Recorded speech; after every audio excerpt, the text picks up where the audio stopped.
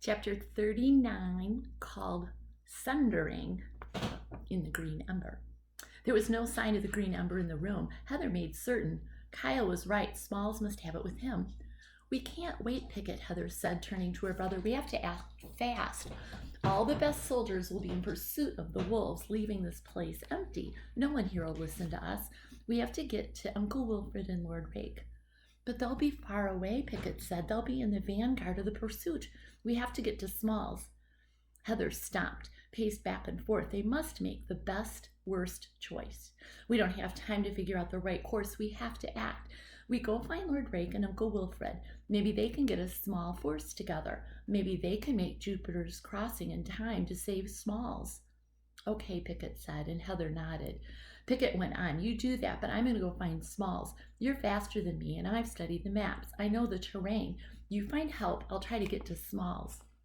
No, said Heather. We can't separate again. I can't lose you. I know, Heather, Pickett said. I don't want to separate either, but this is beyond us and our own problems. We are long treaders.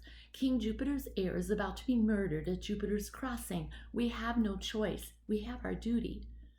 There was a short pause, and then Heather said, You're right.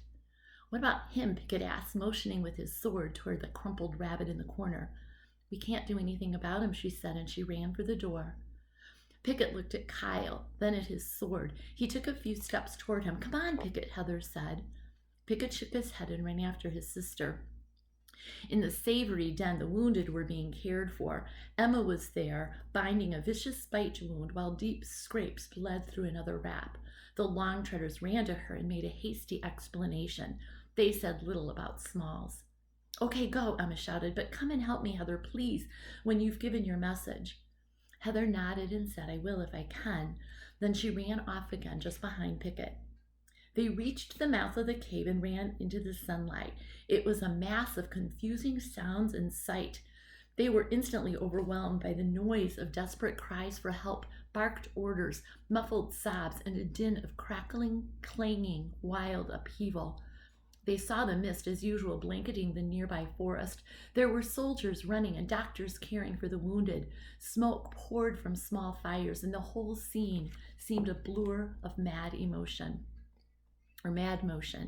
There were soldiers charging into the woods, but in every direction. No one seemed in charge. Long treaders, they heard someone shout. Heather despaired. Lay hands on those traitors.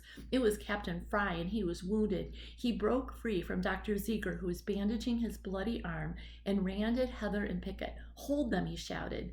But chaos reigned, and he was unable to get anyone to follow his command. I'll deal with you myself, he said, painfully drawing his sword with his good arm. Stay and be held accountable for this treason. It wasn't us, Captain Fry, Heather shouted. But the old rabbit was coming fast, surprisingly fast for his heavy frame and injury. Pickett knew he was a deadly swordsman, good arm or not. Pickett stepped in front of Heather just as Fry lunged, blocked his stroke, and kicked dirt into the sputtering captain's face. Captain Fry cried out, and Pickett spun on him, kicking him to the ground. He landed hard, crying out and gasping his injured arm. Pickett loomed over him, sword poised at the captain's throat.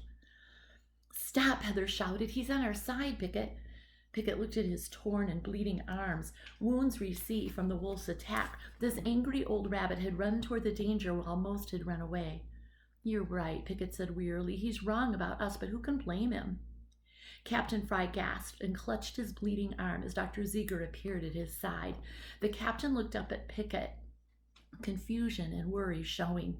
Heather peered all around. Did anyone see which way Wilfred Longtreader or Lord Rake went? Only Dr. Ziegler answered, I haven't seen them, Longtreaders.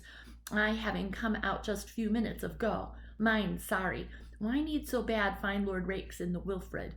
We need to warn them of something worse, Doc. This was only a distraction from the real danger.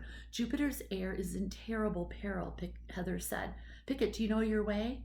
I do, he said. Well, then go. You have to try to stop him before he gets there. Everything depends on it. I know, said Pickett. I love you, Heather. I love you too, Pickett. Pickett spun and ran off into the woods, displacing a great swath of fog as he disappeared. Heather shook her head. Wilfred, Helmer, and Lord Rake all went southeast, Missy, she heard. She wiped her eyes and saw Captain Fry sitting up and gasping. Dr. Ziegler was wrapping his damaged arm again, shaking his head and wincing. "You'll help me along, Treader," she said. "We met a large pack of the snappers here and eventually sent them running, but we've paid for it." He looked at his arm and the fallen forms of motionless rabbits nearby. The retreat sounded, and Wilfred and Captain Helmer led the pursuit. "Which way is southeast?" she asked. She couldn't even tell where she was in the fog and smoke and clattering confusion. Captain Fry pointed, then put his fist over his heart. She returned the gesture. "Captain, there's a rabbit inside Uncle Wilfred's room. He's the one you saw sneaking out at night, not Pickett. They look alike. He's the rabbit you, well, tussled with in the savory den. His name is Kyle, and he's your traitor." Captain Fry nodded. "I'll take care of it." Heather ran hard, breaking through the mist as if unaware that battle, blood, and wolves waited ahead.